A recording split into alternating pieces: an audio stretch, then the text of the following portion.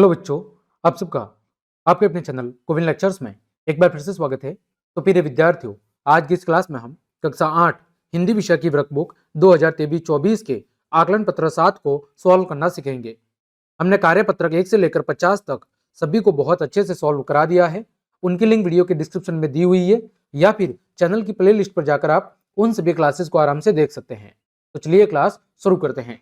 पहला प्रश्न है कि नीचे लिखे हुए शब्दों को शब्दकोश के क्रमानुसार लिखिए। यानी आपके सामने जो शब्द लिखे हुए हैं, इनको जो शब्दकोश होता है जिसमें सभी शब्दों की क्रम के अनुसार व्याख्या होती है, उस शब्दकोश के क्रम के अनुसार जमाना है। आप सबने सुना होगा, शब्दकोश को इंग्लिश में कहते हैं डिक्शनरी। क्या कहते हैं? डिक्शनरी, जिसमें सभी शब्दों के बारे में जानकारी होती है। तो हमें सभी शब्दों को हिंदी वर्णमाला के क्रम के अनुसार जमाना है। देखो, पहले क्या आता है? अ। तो अ से कौन सा नाम आएगा? अलवर। अ के बाद दूसरा नाम क्या आएगा? उदयपुर। तीसरा नाम ऊ के बाद आएगा जयपुर।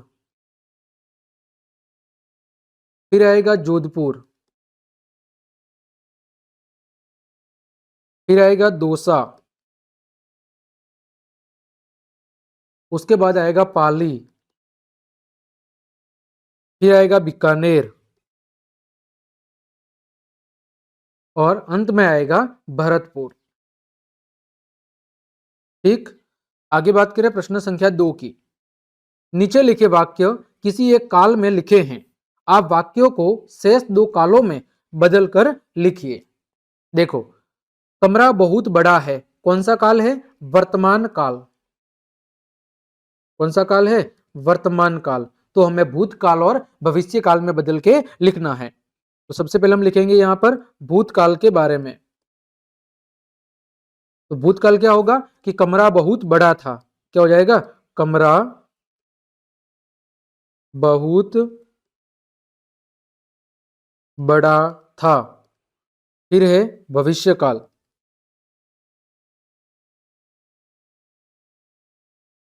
ठीक है। भविष्य काल में क्या होगा?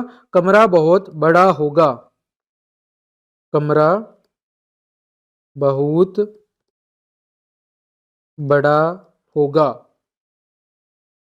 ठीक है। दूसरा वाक्य है बच्चा रोता रोता बोला। ठीक है। बच्चा रोता रोता बोला। तो ये कौन सा वाक्य है? भूतकाल का। हमें किसमें बदलना है? वर्तमान काल और भविष्य काल में। तो वर्तमान काल हम लिखेंगे। देखो, वर्तमान काल में क्या होगा कि बच्चा रोते रोते बोल रहा है। बच्चा रोते रोते बोल रहा है। ठीक है। फिर बात करें भविष्य काल की।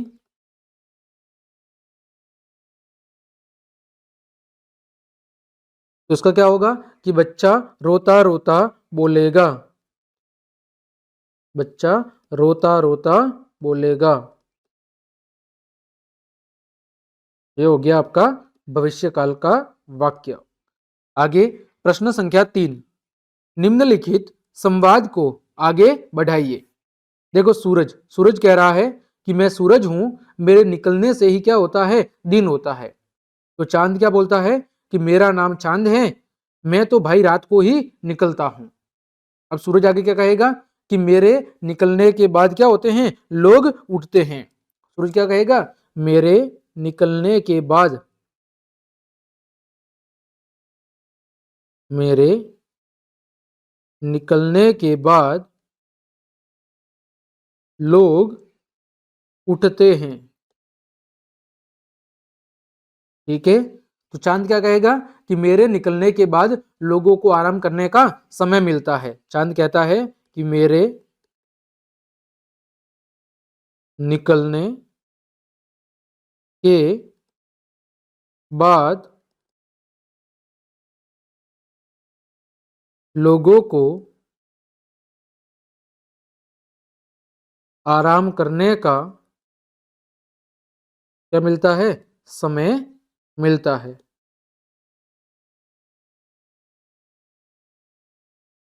ठीक है।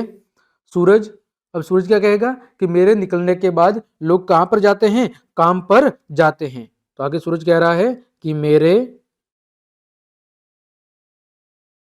निकलने के बाद लोग कहां जाते हैं, काम पर जाते हैं। मेरे निकलने के बाद लोग कहां जाते हैं, काम पर जाते हैं। तो चांद क्या कह रहा है कि मेरे निकलने पर लोग क्या होते हैं, काम से घर आते हैं। तो चांद कह रहा है कि मेरे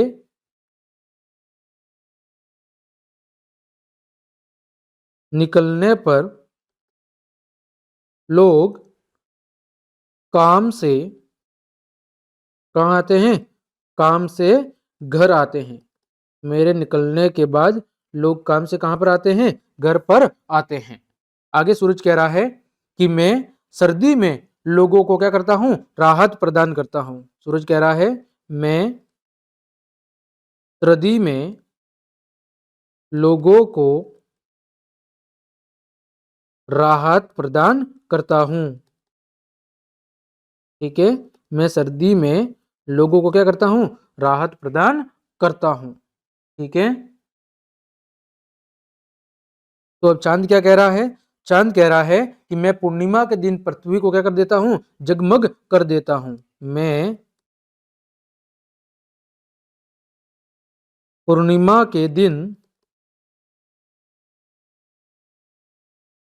पृथ्वी को क्या कर देता हूं, जगमग कर देता हूं, जगमग कर देता हूं। ठीक है, चौथा, अधिक शोरगुल को ध्वनि प्रदूषण कहते हैं। इस प्रकार और कौन कौन से प्रदूषण होते हैं, किन्हीं दो के नाम लिखिए। तो एक होता है आपका जल प्रदूषण, जल का गंदा होना अथवा जल की गुणवत्ता में कमी होना क्या कहलाता है, जल प्रदूषण। और दूसरा होता है वायु प्रदूषण, वायु की गुणवत्ता में कमी होना क्या कहलाता है, वायु प्रदूषण कहलाता है। तो इस तरह बच्चों हमने आपके आकलन पत्र 7 के सभी प्रश्नों के उत्तर बहुत अच्छे से जान लिए हैं। उम्मीद करता हूं सभी प्रश्नों के उत्तर आपको अच्छे समझ में आए होंगे। तो क्लास देखने के लिए आप सभी का धन्यवाद। यदि आपको मेरी क्लास और मेहनत पसंद आई है तो फिर लाइक, कमेंट, शेयर और सब्सक्राइब जरूर करें। आज के लिए इतना ही। जय हिंद, जय भारत।